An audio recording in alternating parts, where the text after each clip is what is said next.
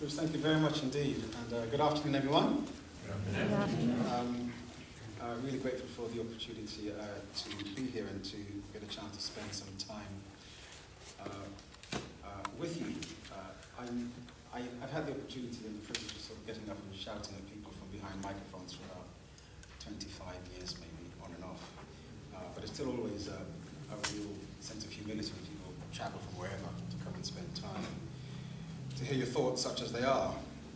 I hope it will prove a worthwhile time together, because what I want to try and do, if I may, is to spend about 20 minutes sort of talking at you.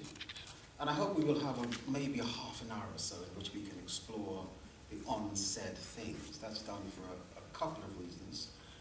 Firstly, is that despite that biography, I see myself so much as a generalist. I'm really not a great deal more than a pastor on the loose, really. That's what I am. And I often say to people, I was the general director of the Evangelical Alliance for 11 and a half years, and I was the general director because they couldn't find a specific one. I'm a kind of a specialist in generalizations to find myself doing some rather interesting things. So I'm going to talk briefly so that we have an opportunity to capture the wealth of diversity of knowledge, of information which is also around this room. I'm also going to try and talk briefly because this is 3:10 in a very warm afternoon. And one of the tricks I've learned is that you don't talk for too long if that's the kind of condition. So let me tell you what I'm going to try and do in my 20 minutes. I'm going to try very courageously to do a combination of autobiography to kind of fill in some of the bits you didn't hear from the CV, which has a bearing on my worldview, and therefore why I find myself doing what I'm doing. And then I'll spend the other 10 minutes or thereabouts trying to come more specifically around some of the issues which Micah Challenge has been set up to respond to, and hopefully within that, just to maybe tease out some headlines on some of the current issues, which may therefore give us an opening to explore in a little more detail. Here's a brief passage from God's Word.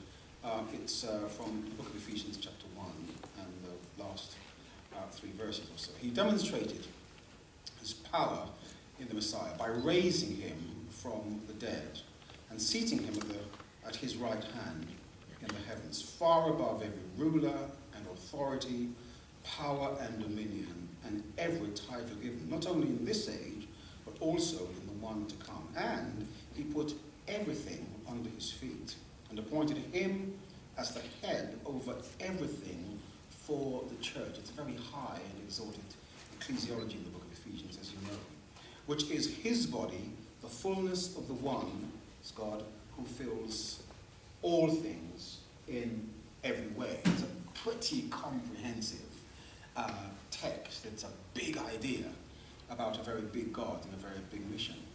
And I suppose my own journey, which took me from Kingston, Jamaica at the age of 8 to standing behind this podium this afternoon, is something about trying to explore and discover the immensity of this passage we've just read, and then to contextualize that within some of those specific things I find myself involved with.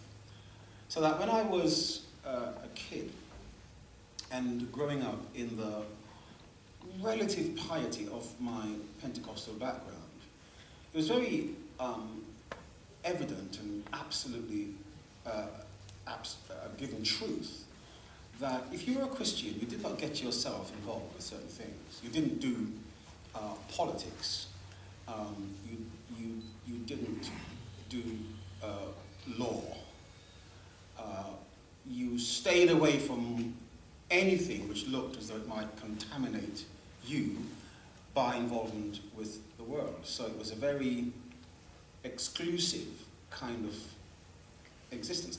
And a part of the reason for that was because I think we felt fairly confident that we had a pretty exclusive God. And you will know that there is a continuity between our view of God and therefore of the church and therefore of the mission of the church. And this is precisely what I think is hidden behind those 3 verses we had in the opening silence of Ephesians chapter 1 and 2. So that this God I knew quite well was very pro-Pentecostal. Actually, he didn't trust anybody else. He was pretty certain, this God, that if you were going to be a real Christian, not only were you going to be removed from most other species of Christian existence, but actually you needed to be Pentecostal. In fact, you needed to be black Pentecostal.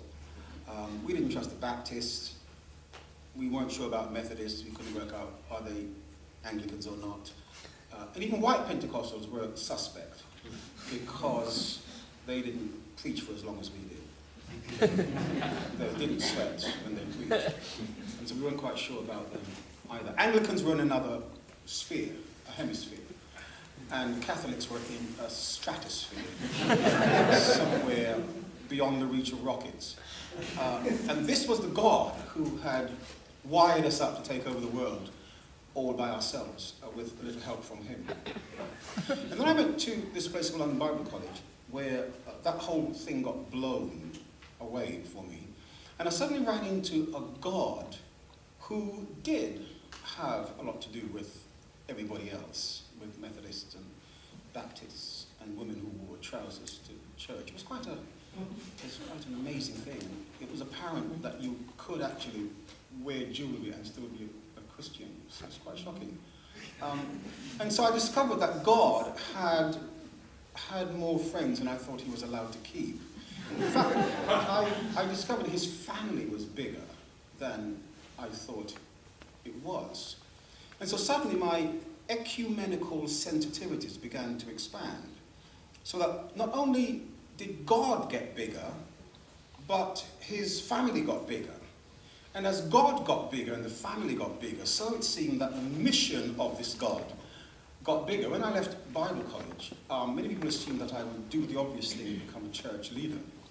It seemed the obvious thing, but it wasn't so obvious to God, and certainly wasn't where he was going. He took me into the probation service for some 14 and a half years. It did two things for me, working in the criminal justice system and dealing with that constituency. One, it was great preparation for doing church leadership years later, but that's supposed to be funny, but it's okay. And more importantly, it opened my eyes to how big the mission was.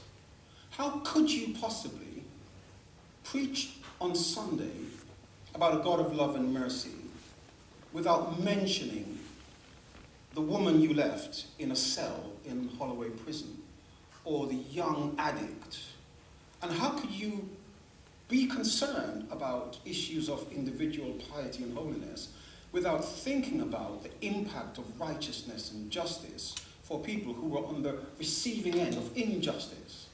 And how could you think about injustice within the context of the black community who are now experiencing police brutality, our children underperforming in the educational system, our people overrepresented in psychiatric wards and massively overrepresented in the criminal justice system? How do you then see this mission of the church as anything other than a desire of God to fill everything in every way, to have a complete sense of connectivity with the world in which we were ministering and worshipping?